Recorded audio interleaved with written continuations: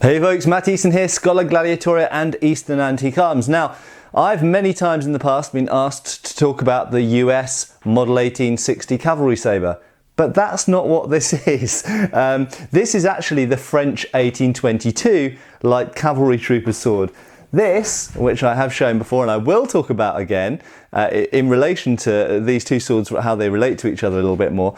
This is the US 1860, this being an example made in 1865. But I'm not going to talk about the US cavalry sabre today. I'm going to talk about where it comes from, and that is the French light cavalry sword. Now, this is a far more important and iconic sword, actually, than the US cavalry sabre is, and it's more important because it is the root of the US cavalry sabre, but also because, of course, during the 19th century when these swords were in use, the second preeminent world power, really, after Britain, was France. And of course it could have gone the other way in the Napoleonic Wars if the Napoleonic Wars hadn't been essentially an British and Allied victory.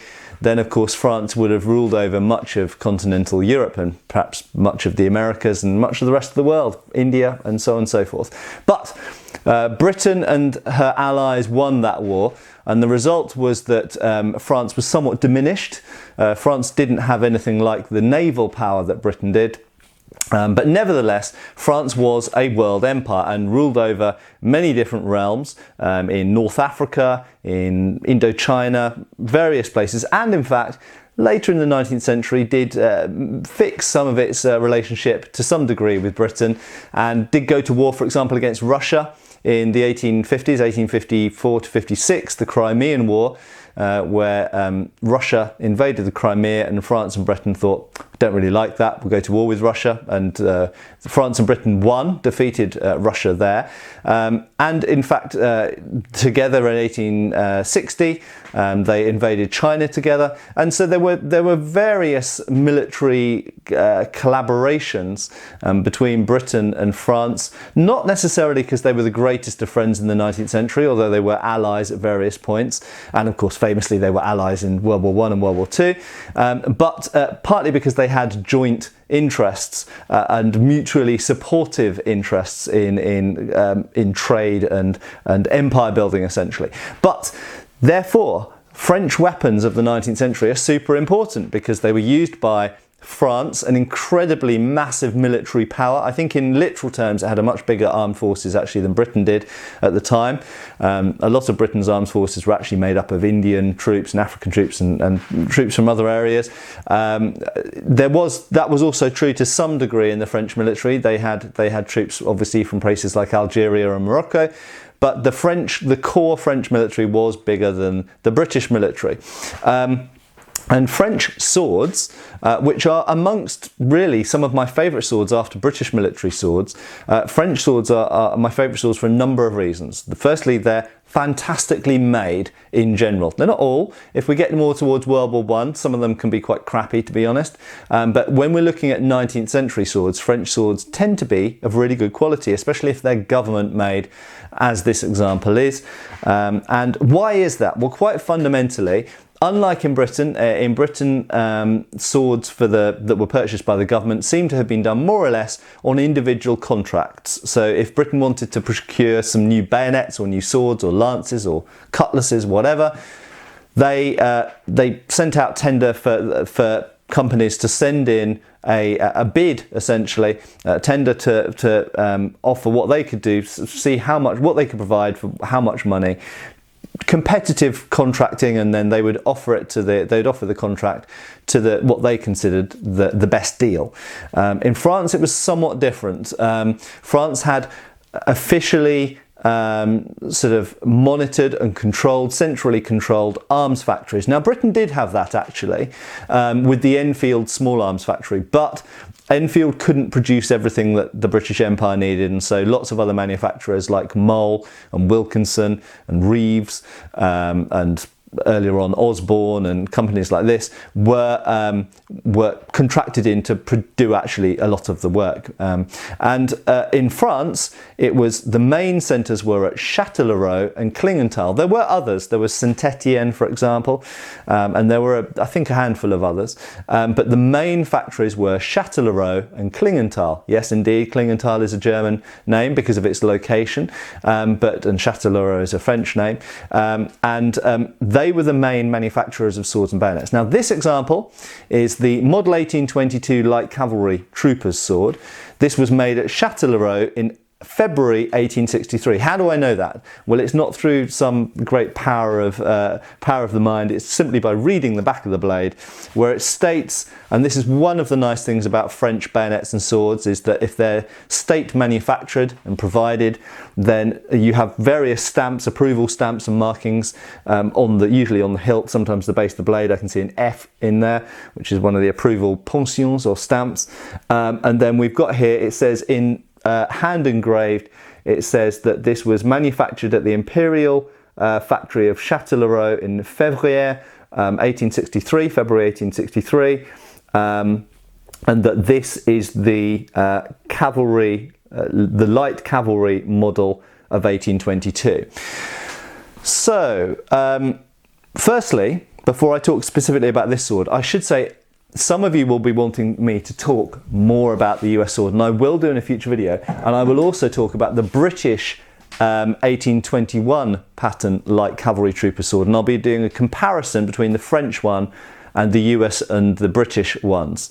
And I'll also talk more specifically about the US sabre as well, and the British sabre, which I have talked about before.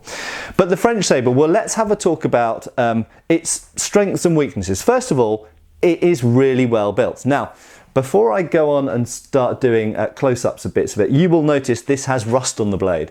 I am intending to do a clean-up video because I know some of you like those videos. This should be a simple clean-up for the simple fact that you'll notice the blade is fundamentally bright. And where there's rust, it's essentially only surface rust, and I think probably fairly recent. It's probably only been there for the last few years. That probably means that this was in good condition until, let's say, 10 years ago, and then at some point someone not caring about it, maybe they'd inherited it or whatever, put it in somewhere like a garden shed or an attic or this type of thing, somewhere where there's a little bit of damp in the air, and this is condensation probably that settled on the blade and turned into rust. But it hasn't been there for long enough to greatly damage the blade. Rust eats into the steel and forms pitting, and that pitting becomes deeper and deeper with time. Eventually it would eat the blade up and make it disappear if it left long enough with moisture. In some weird cases, corrosion can form on a blade and actually form a protective skin against later corrosion. But anyway, in this case it's surface rust. It should clean up easily, and so I'll show that on video. You'll notice that there is some degree of patina to the brass. I do probably intend to clean the brass as well, because as I've spoken about in previous videos, my belief is that if a sword had been valued and kept in a family, for example, I used to have a French girlfriend, and they had a cavalry sword which belonged to her great-grandfather during the Franco-Prussian War, and it had been kept in good condition. And surprise, surprise, it looked, I won't say like new, but it looked shiny. The brass had been kept bright, as it should be, and the blade was still bright. It had some patina from age and because of people sticking their fingers on it when they shouldn't have done when they were children. But the fact is that the sword that's been looked after will look bright. So if there's patina on a sword, it can be a sign of neglect. And in this case, I won't be doing anything destructive, or I won't be ruining the history of the sword by simply cleaning the dirt or patina off some parts. I'm not going to make the sword look like new. I'm not going to regrind it. I'm not going to stick it on any aggressive buffing wheels or anything like that. I'm simply going to clean it up, and it will end up looking shinier than it currently does, and it will look lovely, and I probably won't want to sell it. I am, I'll reiterate, a fan of French swords, and this is a lovely sword. Some stats. So let's have a look at the actual sword itself. First of all, it's for light cavalry. Light cavalry's duties are varied. They vary from reconnaissance to skirmishing, sometimes used for a full-on charge, but that's usually the heavy's job, to press home an attack by the infantry. Light cavalry, at least in theory, if not always in use, was supposed to be for scouting, harassing, looking for opportunities, attacking artillery when the artillery didn't notice the cavalry were hiding over a hill, that type of thing. So being fast moving, hit and run, in and out. For various reasons, they decided a sabre, a curved blade, was good for that purpose. Various militaries around the world looked at the Hungarian and Polish hussars and thought, yep, that's the sort of hit and run light cavalry we want. Lightly encumbered, quick slashing weapons, in and out, don't get stuck, don't get bogged down, that's not where we're good at. Hit and run is where we're at. So that's what they specialised in. So a curved blade is what they came up with. You will notice the point of this sword, unlike most British swords which have spear points, that is symmetrical points with a double-edged point essentially, like a spear, hence the name. This instead has a form of hatchet point, which in a way is actually similar to the 1796 tip, but very much narrower. So it is better at thrusting, in theory, than the 1796 blade, but you will notice, because it's narrower and got a finer point, but you'll notice because it's offset to the back, you always have a slight problem in thrusting, in that when you're trying to penetrate anything resistant, it will try and divert the blade. And for example, if you hit something here, it's more likely to slide, have the edge slide across the target like this, rather than stick in and penetrate. So generally speaking, if you want to penetrate with the point, you want the point central to the blade, like a spear point, but equally, generally speaking, a straight blade is better for penetrating than a curved blade. In some cases, you could argue that a recurved blade, like a yataghan, achieves similar results. And it's to do with the point being in line with the impetus or with the force being pushed behind the blade. Now, Colonel Mary Mong of the French army, he was a French cavalry officer. He wrote a memoir on swords, as it's called in English. I think in the original French it's called a memoire d'armes blanches, which means of white arms, bladed weapons, edged weapons essentially. But a memoir on swords is actually, you can purchase it from Ken Trotman and various other places, but equally you can find a scanned copy online. If you search for Colonel Mary, that's M-A-R-E-Y, and memoir on swords, you will find it online, a scanned PDF version.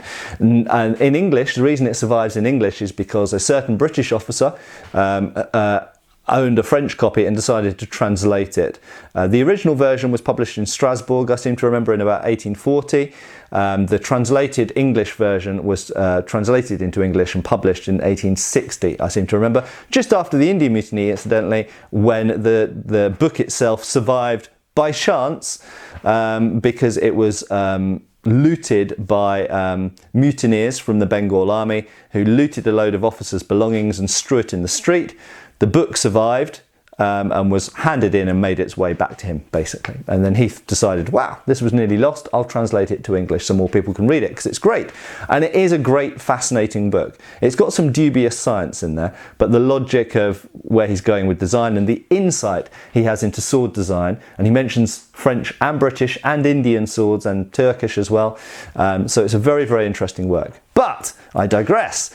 It has an asymmetrical point, not great for thrusting. Curved blade, not great for thrusting. Something we have to say that's a bit odd about French cavalry swords, at least light cavalry swords, including the three bar version, and there's a 4-bar version for heavy cavalry known as the bankal, which was used by, I think, certain types of dragoons. But the 3-bar version is much, much more common, and I think the 4-bar version usually has a slightly straighter blade. And at this point, I have to give a shout out to a subscriber and viewer of the channel who often comments and is French and far more knowledgeable on French swords than me. A shout out to Geoffrey, or Geoffroy, I'm not sure how to say it, Gautier, I think the surname is. And Geoffrey was actually very, it gave me so much information on the Patreon channel. And just a shout out to the Patreon videos, there are extra videos on Patreon, and I've already done a video talking a bit about this sword and my intention to make this video on the Patreon channel. And he set me straight on a number of things there, which was super, super useful. So, reminder to everyone watching any of my videos, if I say stuff that's wrong, I apologise. I can't get 100% things completely right. I do try and correct myself when I'm wrong. And he corrected me so clearly that I actually scrapped the video that I'd filmed before, and this is a refilming of the video based on him setting me straight on a number of things. So thank you, Geoffroy. I hope I'm saying your name right. Jeff, let's call you. Thank you very much, and it was greatly appreciated, and I'm always happy to learn more about swords, always.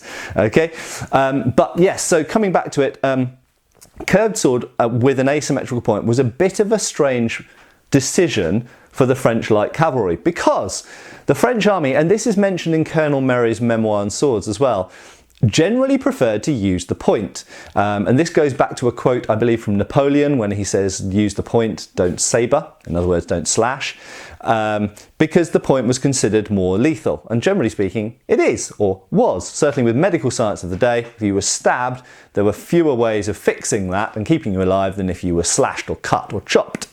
So they were encouraged to use the point, but they're using a sabre. They're using a curved blade with an asymmetrical point. Now, can you thrust with this? Yes, absolutely, you can thrust with any pointy metal object, okay?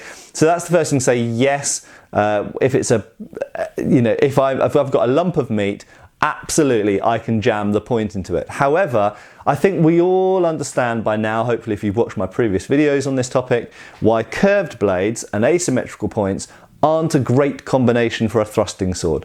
So really, if you're going to primarily thrust, and you can see why in 1882 they brought out a new type of straight blade, and that indeed is a good thrusting blade. This is not. However, it is a pretty good cutting blade.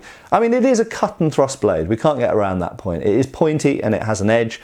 This one, incidentally, has been very well service sharpened. Why? We don't know. It could have seen colonial use, or given that it was made in 1863, it could have still been in service in 1870 for the Franco-Prussian War. So this absolutely could have, well, probably did see service. It has one little notch in the blade as well, but it is still fairly sharp. And although it's not going to cut me necessarily if I rub my hand up and down the edge, if I went outside with a water bottle, it's quite possible that I could cut through a water bottle successfully with this degree of edge that it still has on it, which is pretty impressive for a 150-year-old sword. So, curved blade with an asymmetrical point, not great for thrusting, but pretty good for cutting. A feature of these blades, incidentally, not all of them, but most of them have a secondary fuller down the back. I hope you'll be able to see that in the light that you've got there, but you can see you've got a main fuller here and a secondary fuller here. Now, as Geoffroy very informatively explained, I did know that this fuller was called the Montmorency fuller. What I didn't know was that apparently it went back to the 17th century, certainly to the 18th century. Now, what most people don't know, so most people think of the Montmorency fuller, this secondary fuller, as being a distinctly French thing. We do see it in other nationalities of sword, and in fact, we can find it in some British swords, but I think it's fair to say it is a French feature that may have been emulated by some other countries.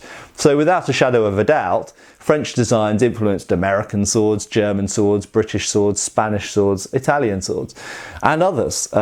So sometimes you will find a Montmorency groove, if we would call it that, behind the main fuller on a blade. But it is a distinctively French thing that we find definitely from the 17th century, very consistently on French swords, on many French swords, including, for example, the 1845 Pattern Infantry Officer's sword.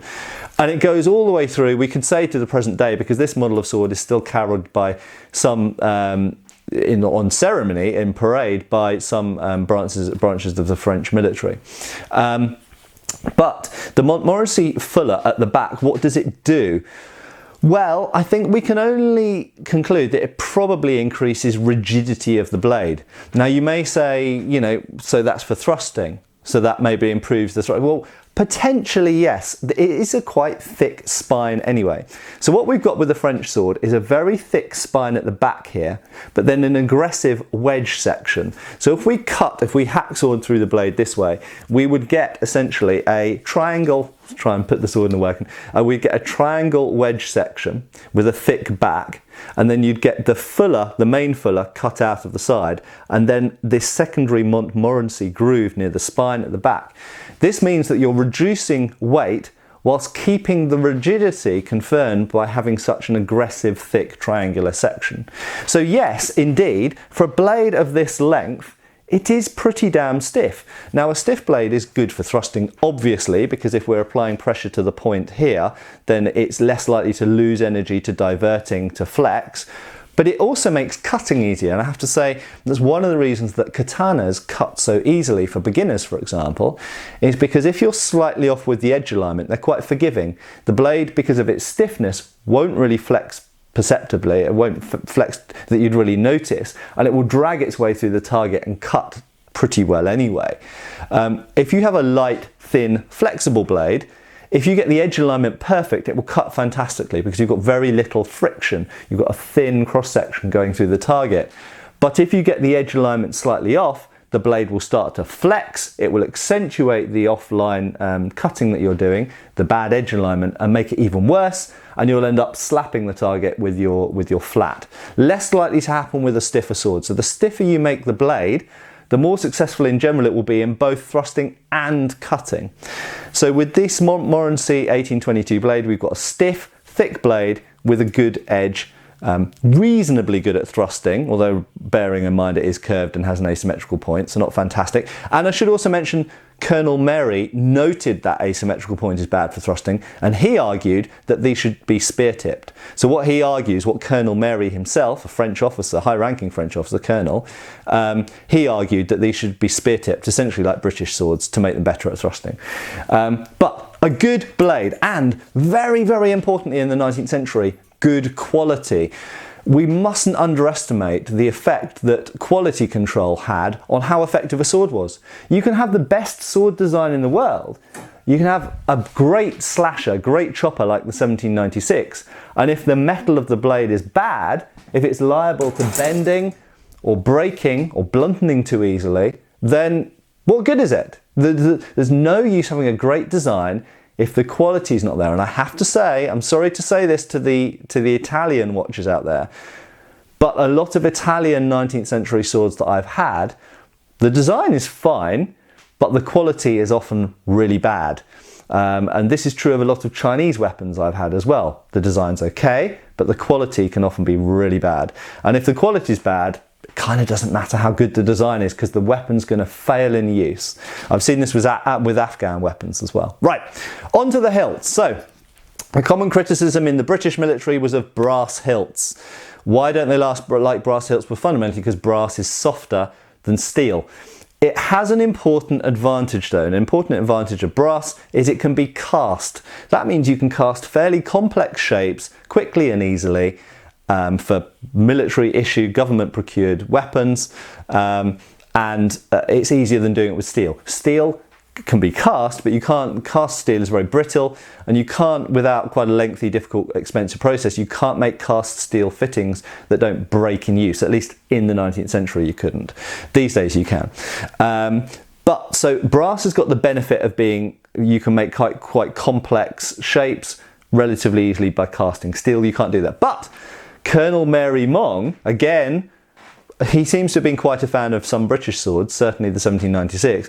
He said that they should have made the hilts of steel because, and his reasoning is good, I think, you can make a hilt of steel which is the same strength as the brass guard but lighter.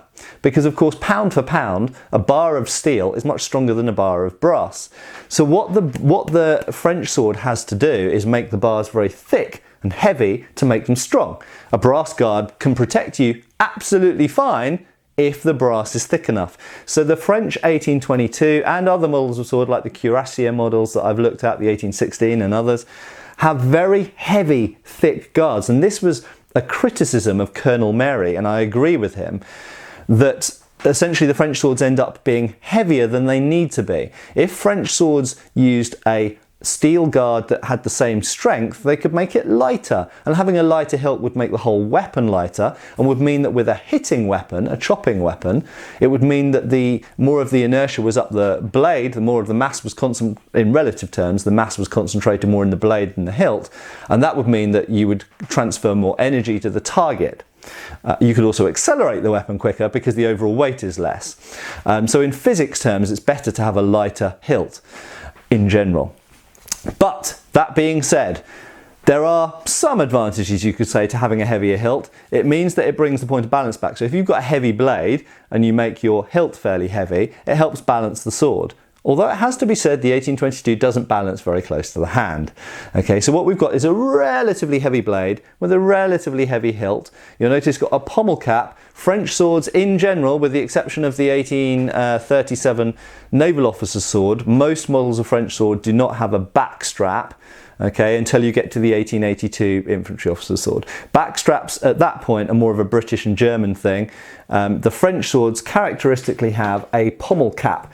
So characteristically French was that in the Wilkinson Sword Company in London sometimes would make British officers' swords with only a pommel cap, and they refer to it in their records as a French pommel, or sometimes a French back. So the French pommel or French back, even in Britain, that was recognised as a French thing, having a separate pommel cap. John Musgrave Waite, to bring a British fencing source into it, is a fan of that. Some lifeguards' swords, for example, only have a pommel cap and don't have a back strap. It does mean that if you're a thumb up person, as Waite predominantly was, it means that your thumb is now on the grip, on the textured grip, and less likely to slip and slide, as it can do on a back strap. If you just grab a back strap, the problem with steel back straps is they can be slippery and slidey for your thumb, for the thumb placement, which is why we get the checkered thumb placer on later period Victorian swords. So we've got brass pommel, brass guard. The grip, very nice. Leather, wire. This example is in great condition. With the antiques, you often find that the antiques have lost the grip wire. Very, very common to lose the grip wire. And in fact, if we just as a comparison, we look on the American example and it has exactly that. It has lost the grip wire. It's still got just the leather there. So, the grip shape, super important. It's quite characteristic. So you'll notice the French grip shape is quite wide here, tapers down here, and then kicks out just at the end there. Okay, these swords were predominantly used without the thumb up. They were predominantly used a hammer grip by cavalry, and you can see that it's quite a wide grip that way and quite a flat grip that way. Boom! That's the kind of grip any of my regular viewers will know. I love an oval grip. I even like a rectangular or an octagon grip. Anything that aids indexing and edge alignment. Okay, I am a big for edge alignment, and a grip that is broader that way and quite flat that way feels sweet in my hands and really, really helps the edge alignment. And added to the curve of the blade as well, it means you're going to get a great degree of edge alignment. Very, very reliable sword to get the edge onto the target. Another little thing I'll just mention as well while I think of it, of the guard, is these French swords have a characteristic almost dish-like guard, almost like a miniature shell guard like you get on a small sword at the front there. And I rather like that, especially for a thrust-centric nation. You know, the nation that invented the small sword, or made the small sword famous, shall we say, and a nation that told their cavalry troopers to thrust, not sabre. If you're presenting the point on line to your opponents when you're riding along on your horse, then indeed having that dish section there provides a good amount of protection. If we just look at the British 1821 hilt, the British 1821 3-bar hilt, you'd think on the surface similar 3-bar hilts, but the British sword doesn't really have much of a dish there. So actually I think that's an advantage of the French hilt, is having this big flat dished section to protect most of the hand and hide the hand behind. Okay, so finally some stats. I should have mentioned these earlier. So I have measured this sword. These are quite heavy swords for their size, but they are beautifully made. They are lovely things, and they don't feel cumbersome in the hand. They're quite lively despite their size and weight. These are big swords. These are bigger than the equivalent British cavalry swords. Okay, so we've got a blade length 92 centimeters. The balance is 15.5 centimeters from the hilt, and the total weight is 1150 grams or thereabouts. So this is a pretty heavy sword. This is heavier and longer than the British equivalent. Okay, just to put that into context. So, and just once more, really, to wrap up and reiterate, these were super important swords, super influential. They were copied by many nations. Certain German states, because obviously we won't say Germany because it's a pre-German unification, but certain German states copied this design of sword. The Spanish had a version of this sword. I think the Italians imported some of these. The US military copied this sword. The Russians had something similar to this sword, I think inspired by French models. So this type of sword was not only extremely influential because France was the second most important empire in the 19th century, controlling large bits of the globe like Britain did, but their weapons were highly regarded for quality control. In fact, this was made in a government factory, brutally tested and only given the stamp of approval when it had passed that. But also the designs were very influential as well. Remember that sword design wasn't only about function as well. If you align yourself, you know, theologically or kind of even ethnically or like politically in any way with another country, you may take influence from their swords. So we well know that America looked to France because France was seen as the most developed military in the world at the time. Their uniforms, certainly the northern states in the Civil War and then afterwards the US Army, they modelled their uniforms on French uniforms. The Japanese modelled their uniforms on French and Prussian uniforms. And incidentally, the Japanese were another nation that copied at least French hilt designs, if not blade designs. They tended to keep their own katana blade designs. But even in religious terms, if you see a slight division between the Protestant nations of Europe, like Britain and the German states, and the Catholic nations of Europe, like France and Spain and Italy, and you see this kind of complex kind of equation to dictate what style of sword you chose for your military.